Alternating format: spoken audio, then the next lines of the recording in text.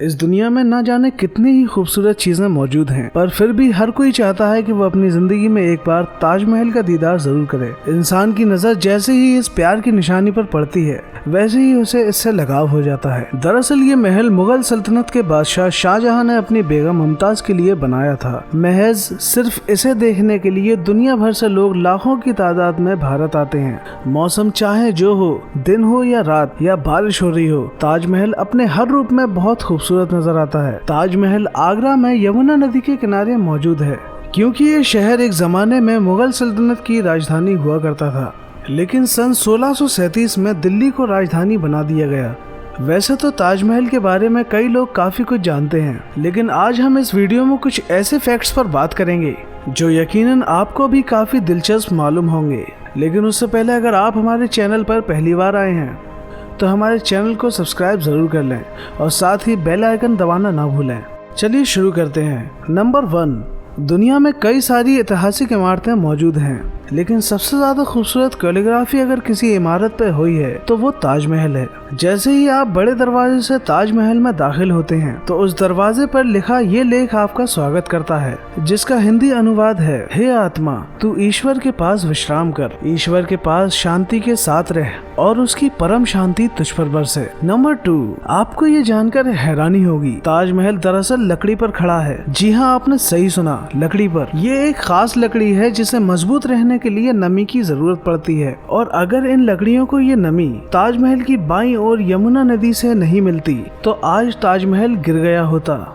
Number 3, मुगलों के दौर में ताजमहल तक पहुंचने के लिए यमुना नदी ही मुख्य रास्ता थी। बादशाह और उसके मेहमान नाव का सहारा लेके ताजमहल की ओर जाते थे। ताजमहल के पास एक चबूतरा बना होता था। जैसे जैसे नदी बढ़ती गई तो वो चबूतरा भी उसी में समा गया।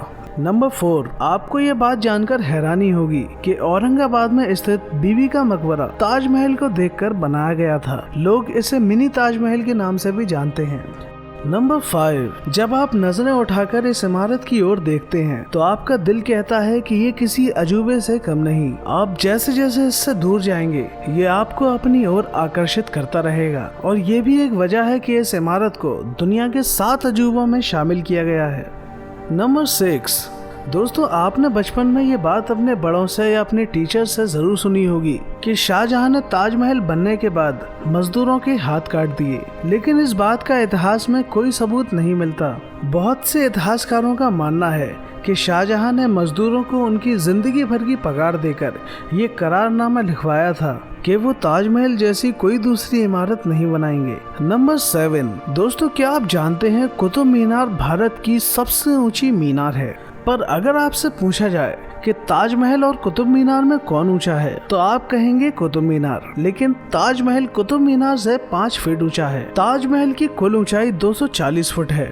नंबर 8, ताजमहल की चारों मीनारों को कुछ इस तरह से डिजाइन किया गया है कि अगर भूकंप या बिजली जैसी कोई आपदा आती है तो इनकी डिजाइन की अकॉर्डिंग ये मीनारें गुंबद पर तो बिल्कुल नहीं गिर सकती, और यही वजह है कि ताजमहल की चारों मीनारें थोड़ी बाहर की ओर झुकी दिखती हैं, और इसके पीछे खास वजह ये है कि मुख्य मकबरे को कोई नुकसान ना पहुँचे। नंबर 9, दोस्तों ताजमहल एक बड़ा और खूबसूरत संगमरमर से बना गुंबददार मकबरा है, जिसके हर कोने पर एक मीनार मौजूद है। इसका ज्यादातर भाग सफेद संगमरमर से बना हुआ है। जो इसका मुख्य भवन है उसमें शाहजहां और मुमताज की याद में 2 मकबरे बनाए गए हैं। ऊपरी हिस्से में जो मकबरे बने हुए हैं वो सिर्फ और सिर्फ एक नकल हैं, जबकि असल मकबरे इमारत के निचले हिस्से में मौजूद हैं।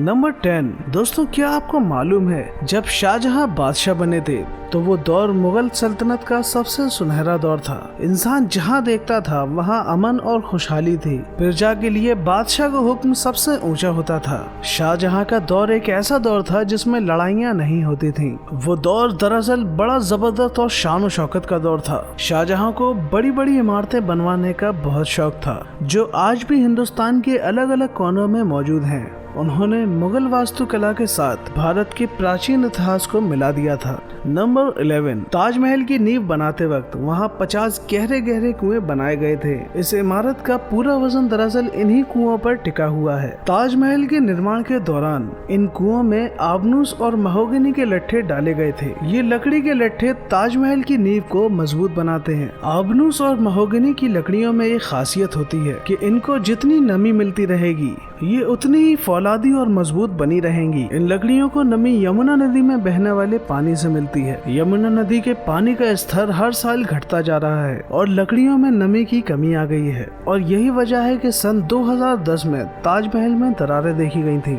नंबर 12, ताजमहल के दोनों तरफ लाल पत्थर से बनी 2 इमारतें मौजूद हैं, जिसमें एक मस्जिद और दूसरी सभा हॉल है। ताजमहल के इर्द गिर्द काफी सारे बगीचे भी हैं और एक खूबसूरती से डिजाइन किया गया पूल भी।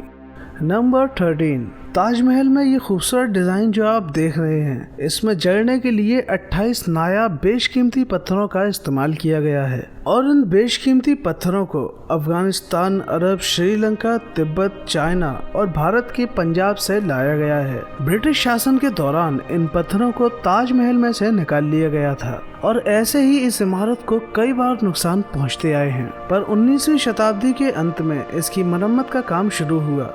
नंबर 14, 1857 की क्रांति के दौरान अंग्रेजों ने ताजमहल को काफी ज्यादा नुकसान पहुंचाया था। उन्होंने लाजवर्ड स्टोन यानी नीला रत्न जैसे कई बेशकीमती पत्थरों को ताजमहल में से निकाल लिया था। नंबर 15, ताजमहल की मुख्य गुंबद पर जो कलश लगा हुआ है, मुगल काल में ये सोने का हुआ करता था। इसकी लंबाई 30 फुट 6 इंच थी। ये कलश करीब 40,000 तोले सोने से बनाया गया था। अंग्रेजों ने सोने के कलश को बदलकर कांसे से बने कलश को लगा दिया था।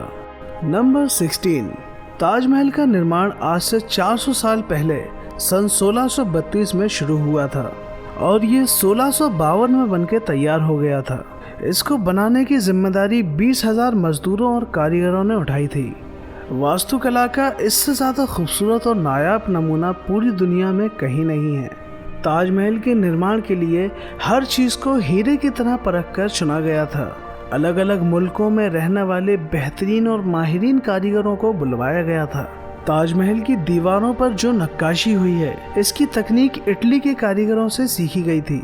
उज्बेकिस्तान के बुखारा से संगमरमर को तराशने वाले कारीगर बुलाए गए थे।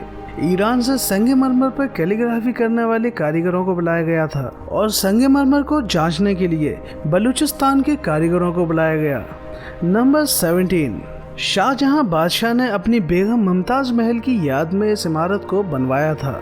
मुमताज का असली नाम अंजुमन बानो बेगम था। शाहजहां ने उन्हें मुमताज महल नाम लक़ब के तौर पर दिया था, यानी एक महल का सबसे अनमोल रत्न।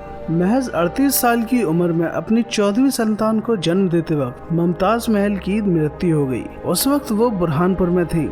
अपनी प्रिय बेगम की मृत्यु से बादशाह बेहद दुखी हुए, जैसे उनकी जिंदगी तबाह हो गई और आखिर में उन्होंने अपनी बेगम की याद में ताजमहल बनवाने का फरमान जारी किया। नंबर 18, पहले मुमताज को बुरहानपुर में ही दफनाया गया। जब बुरहानपुर से मुमताज के शव को निकाला तो यहाँ ताजमहल बन रहा था, तो इसके पास एक बगीचे में दफनाया गया। ताजमहल को तैयार होने में 22 साल लगे। तब तक मुमताज का शव बगीचे में बनाई गई कब्र में ही दफन रहा। बाद में उसे ताजमहल के अंदर मुख्य गुंबद के नीचे दफनाया गया। नंबर 19, ताजमहल दुनिया की सबसे ज्यादा देखी जाने वाली इमारत है। यहाँ दिन में करीब 13,000 और एक साल में तकरीबन 80 लाख पर्यटक इस इमारत को देखने आते हैं, जिसमें तकरीबन 30% लोग विदेशी होते हैं। पिछले 3 सालों में 2019 से 2022 तक ताजमहल की टिकट्स की बिक्री से भारत सरकार ने तकरीबन 132 करोड़ रुपए की कमाई की है। नंबर 20, ताजमहल में मुख्य गुंबद के नीचे शाहजहां और मुमताज की कब्रें बनी हुई हैं। शाहजहां और मुमताज की असली कब्र ताजमहल के तहखाने में मौजूद है। ऊपर जो कब्रें दिखाई जाती हैं वो उन कब्रों की मात्र एक नकल है।